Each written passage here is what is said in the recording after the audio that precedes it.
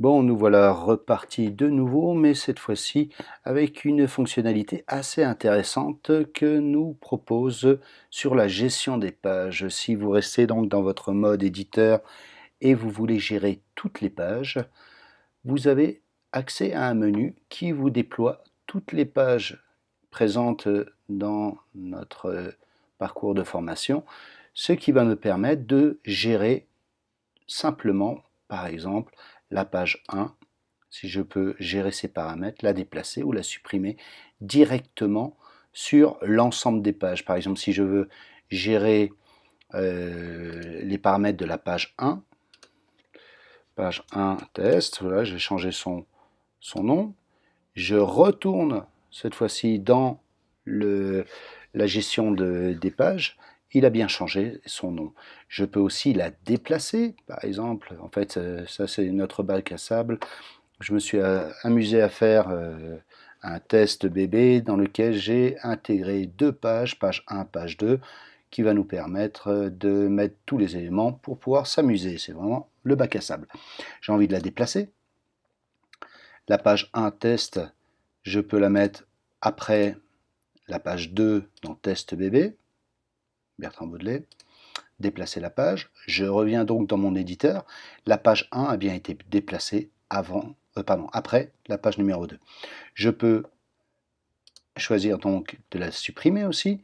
Je peux aussi gérer si elle est visible dans les menus. Est-ce qu'on peut elle est visible mais absente dans les menus, c'est-à-dire que dans le menu, le sommaire, elle n'apparaîtra pas comme un bouton, hein, ou bien je peux la cacher complètement. Page complètement privée généralement, où on peut placer tous les éléments que l'on veut. Par exemple, si je veux que la page 1, je suis bien, allez, je suis bien dans la page 1, je vais essayer de gérer, donc je vais la faire absente, tiens, on va essayer, donc on va la cacher du menu.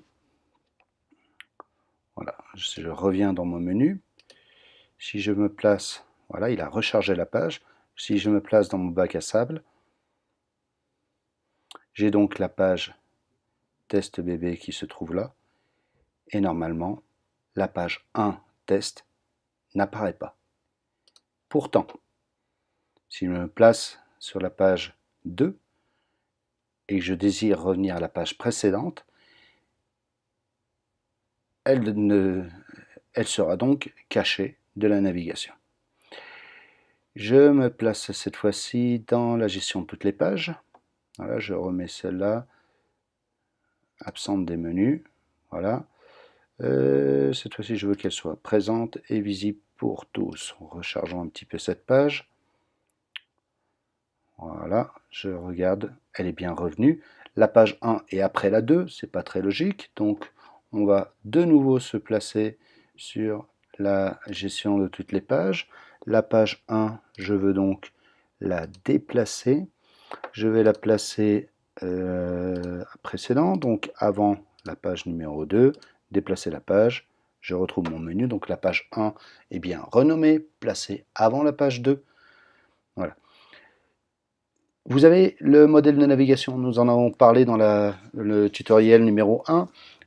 Vous pouvez le supprimer si vous voulez et faire en sorte que dans la page 2, il n'y ait aucun, et dans la page 1, aucun bouton de navigation qui vous permet d'aller vers une page suivante ou la page précédente.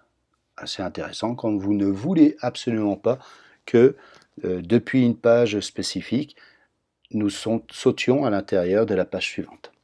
Voilà, je vais la laisser. Vous pouvez gérer simplement que le bouton page précédente, que le bouton page suivante, ou les deux ensemble. Voilà, nous allons laisser les deux.